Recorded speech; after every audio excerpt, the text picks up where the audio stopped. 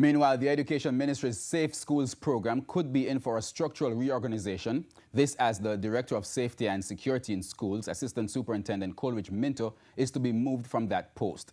Assistant Superintendent Minto is to take up a senior position at the Office of the Governor General King's House.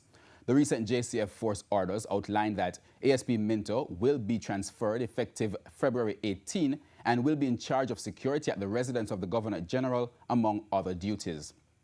Now, when contacted about the future leadership of the ministry's Safe School program, Education Minister Senator Ruel Reid suggested that it has been left in capable hands. There is, in fact, adequate leadership in the unit, now anchored by Mr. Richard Troop and Mr. Andrew Pitkin, who would have benefited from the partnership gained by exposure to ASP's guidance.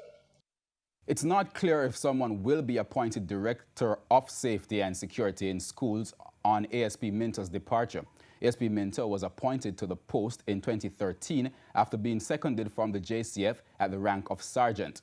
Prior to his secondment, ASP Minto was assigned to the Community Safety and Security branch of the JCF. He was later promoted to Assistant Superintendent of Police.